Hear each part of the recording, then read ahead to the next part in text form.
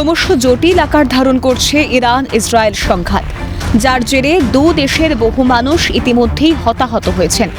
এই পরিস্থিতিতে সংঘাত বন্ধ করতে মধ্যস্থতার প্রস্তাব রাশিয়ার প্রেসিডেন্ট ভ্লাদিমির পুতিনের।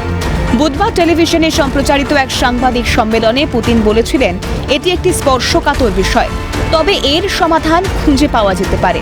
ইসরায়েল ও ইরানের মধ্যে চলমান এই সংঘাতের অবসানে একটি চুক্তি করা সম্ভব। তার আশ্বাস, এটি এমন একটি চুক্তি হবে যা ইসরায়েলের নিরাপত্তা সুনিশ্চিত করার পাশাপাশি ইরানের অসামরিক পারমাণবিক কর্মসূচির আকাঙ্ক্ষাকেও পূরণ করতে পারে। যদিও রুশ প্রেসিডেন্টের এই প্রস্তাবকে প্রত্যাখ্যান করেছেন মার্কিন প্রেসিডেন্ট ডোনাল্ড ট্রাম্প। পুতিনকে বার্তা দিয়ে ট্রাম্প বলেছেন, রুশ প্রেসিডেন্টের উচিত আগে ইউক্রেনে নিজেদের চলমান সংঘাতের অবসান ঘটানো, তারপর মধ্যপ্রাচ্য নিয়ে চিন্তা করবেন। মার্কিন প্রেসিডেন্টের দাবি, রাশিয়া ইউক্রেন যুদ্ধ বোকামি, আর সেই সময় তিনি প্রেসিডেন্ট থাকলে এটা কখনোই ঘটত না।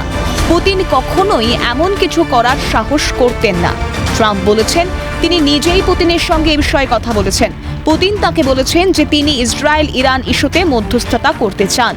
প্রসঙ্গত 2022 সালে ইউক্রেনের সামরিক অভিযান শুরুর পর ইরানের সঙ্গে সামরিক সম্পর্ক আরও গভীর করেছে রাশিয়া।